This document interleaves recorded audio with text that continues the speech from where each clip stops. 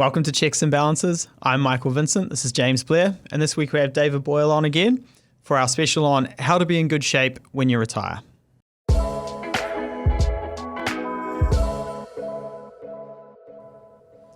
So a few weeks ago, Mike and I had an episode where we spoke about for New Zealand superannuation. Not everybody can be dependent, especially I think if you're under 50, you really need to be thinking you'd need to stand on your own 2 feet in retirement. For those that are over 50, New Zealand super isn't enough. You need to have additional capital on top. And we spoke about some numbers like if you want income of $80,000 in retirement, you might need $1 million as a lump sum by the time you retire. Without New Zealand super, you're probably looking more around that sort of $1.6 million mark. So huge amounts of capital, maybe a little bit scary for some. So we thought we'd have a follow-up episode going, all right, James and Mike, and now David, because you're dragged in on this, going, you need a large amount of money come retirement. So we thought today we'd talk about how to save that amount, some tips to make sure that you're going to be okay.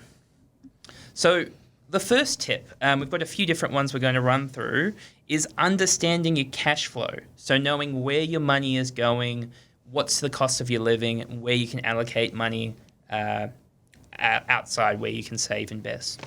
Shall we use that word that everyone hates? It's called a budget. So you mention that to anyone, and it's like, oh, so you're telling me what I have to do? And no one likes to know where they're spending their money.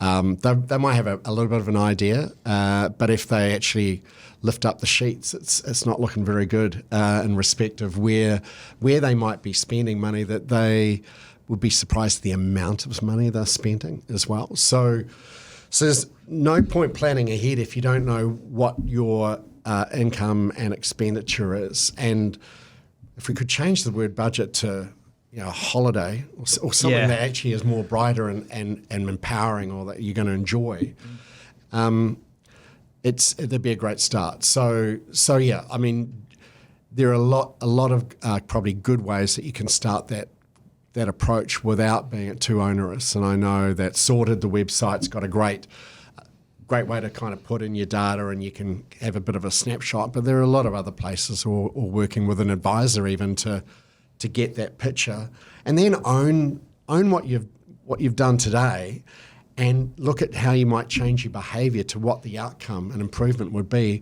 Can be pretty motivating. Yeah, we're huge fans and have had the CEO of PocketSmith jump on before, and we use PocketSmith with our clients. It can be very scary but empowering at the same time.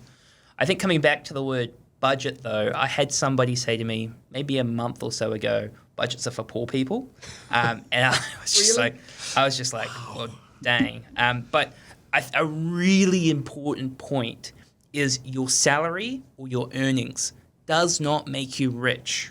What makes you wealthy over time is the difference between your salary and your expenses. So how much you're saving, how much you're investing, how much you're growing your capital, not the salary by itself. If you earn big bucks and spending big bucks, you're not going forward.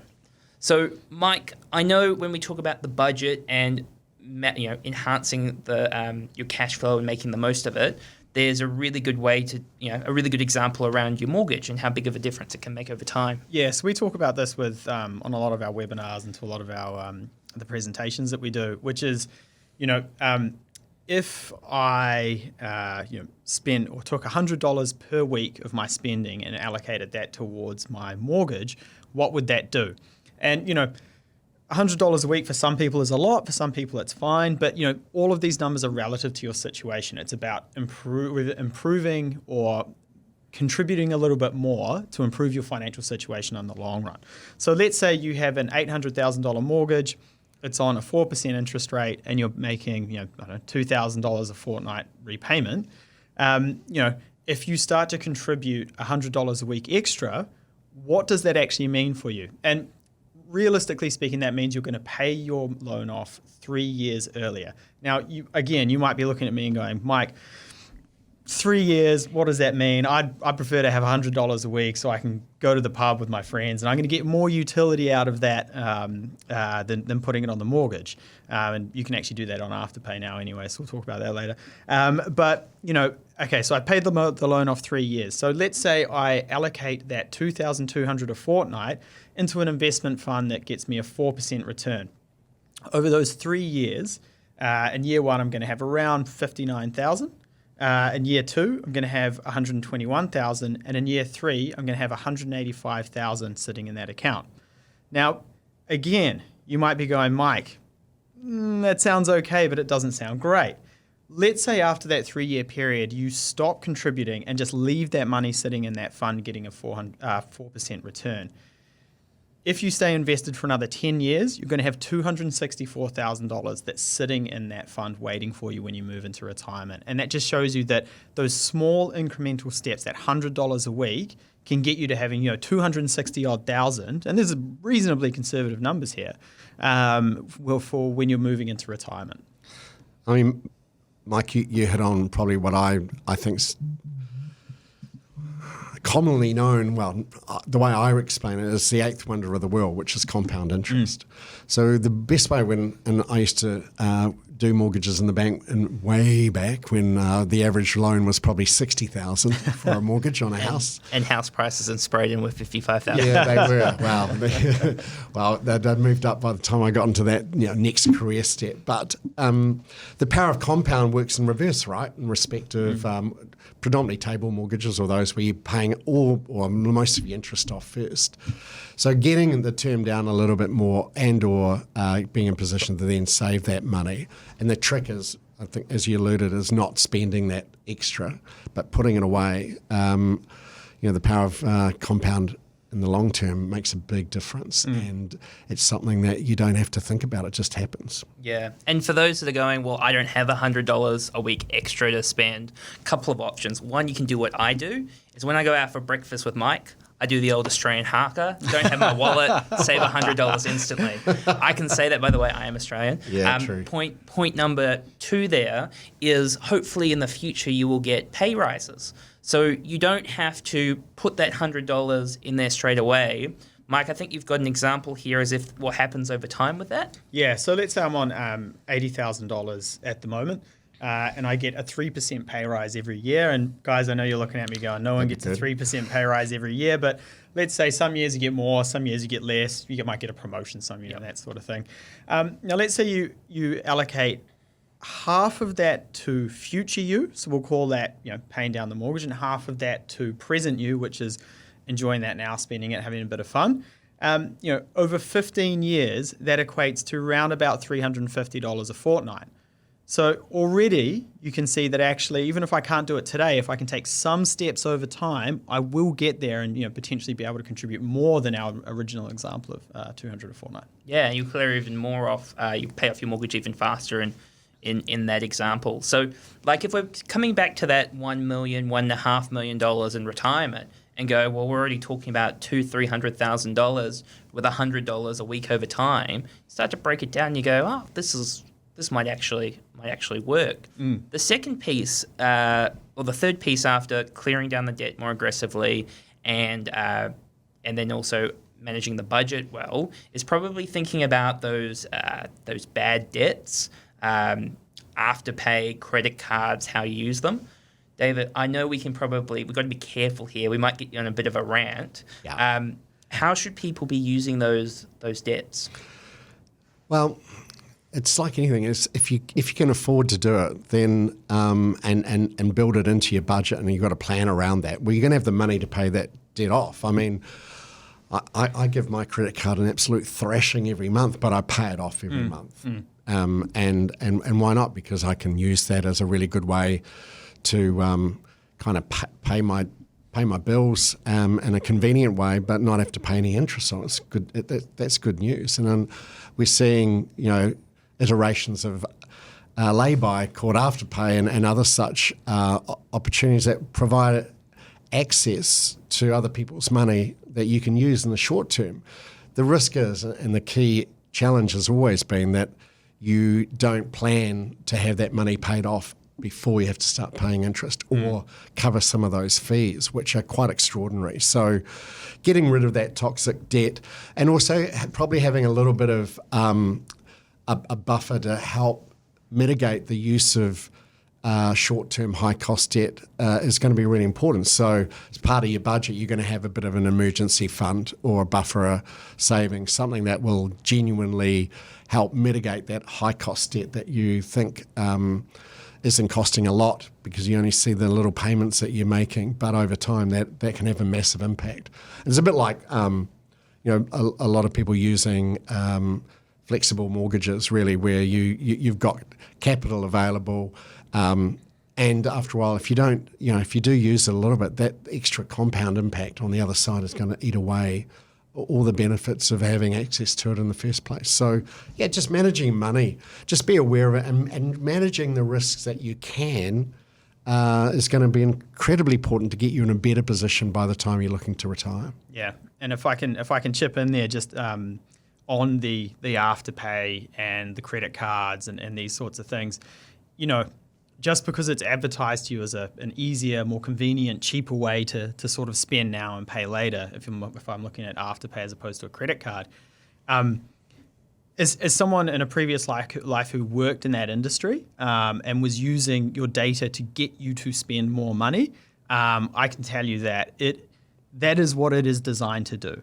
And whether you're paying 20% interest on a credit card or no interest using afterpay because you pay it correctly, in the end, it is sort of stopping you from achieving those long-term goals by increasing the amount that you spend. And it's designed in a way that will creep up on you and you won't realize it's happening. Yep. So the next point around planning for retirement, making sure you've got enough capital, is we've spoken about it in the past, but making an active choice with your KiwiSaver provider when it comes to your contribution levels, knowing where your KiwiSaver is in terms of the provider, and then also the fund. Are you low risk? Are you medium risk? Are you aggressive? Understanding what that means for you over time. Because for those, the simplest way to think of it, if you're not making active choices, the difference at the end of the day come retirement can be tens of thousands of dollars, if not hundreds. So it's really important to make that active choice. Well, yeah, and you had a good point around advice. There are many studies that show those that have sought some level of quality advice will actually have a better outcome in retirement. Yes, you've got to pay for it, but it's like you've got to pay to talk to your accountant and lawyer and look at it as an investment. A short-term investment that will genuinely provide you a better outcome and a better plan to see where you're going to end up, rather than hoping you'll get there and not even getting close to it. Having some goals and objectives is going to be really important, and making sure that if circumstances change, then you need to revisit that. And that's like your KiwiSaver. Don't just set and forget it. Actually spend a bit of time looking at it. And if it's not invested in, the things that you think are going to be important to get you to those goals, then get someone to explain it to you so you can. And don't wait another 10, 15 years. Just do it now. Do it tomorrow. Do it today. Pick up the call. Yeah, the things you do now, starting now, will make such a big difference. I love what you said about the eighth wonder of the world being compounding interest. Starting now makes it so much easier in the future. The next point, Mike, is around maybe looking into an investment property. Do you just want to quickly run us through why that might be a good option for some? Yeah, so if you've got some lazy equity sitting in the home and you've paid down the mortgage and you're getting some capital gains and you've got that sitting there and available to use, looking at an investment property could be a really attractive option. And we've talked about this before, but the real benefit here is using that bank's leverage to get you with an asset that is much larger than what you would otherwise be able to afford. So, let's say you 100% debt financed an investment property. I'm not going to assume that it's going to be a 20% return every year like it's been running recently and these sorts of things. But, let's say it's a $900,000 investment property. You're getting a 5% return on it on an annual basis. 45K, growth on average is pretty good. And the rent will help to cover those costs, which is always nice. But You just need to think about the type of property you're investing into, how active you want to be with your investments, because there are downsides to it as well. Tenants are a pain sometimes, which some people have experienced firsthand. And when things do go wrong with some of the houses as well, it can be pretty daunting because it is a large asset. There will be a large bill to fix that. So just think about the normal things, the type of asset you're investing in, how long you want to be in the market, that buy and hold strategy, and that sort of thing as well. Great. Okay. I think holding property long term, for those that are in that position, leverage is just your best friend, right? And that's what makes it such an attractive asset, and so hard in some scenarios if your goals align to for anything else to match it. Yeah, but James, I can leverage my crypto portfolio 4,000 to 1. What are you talking about?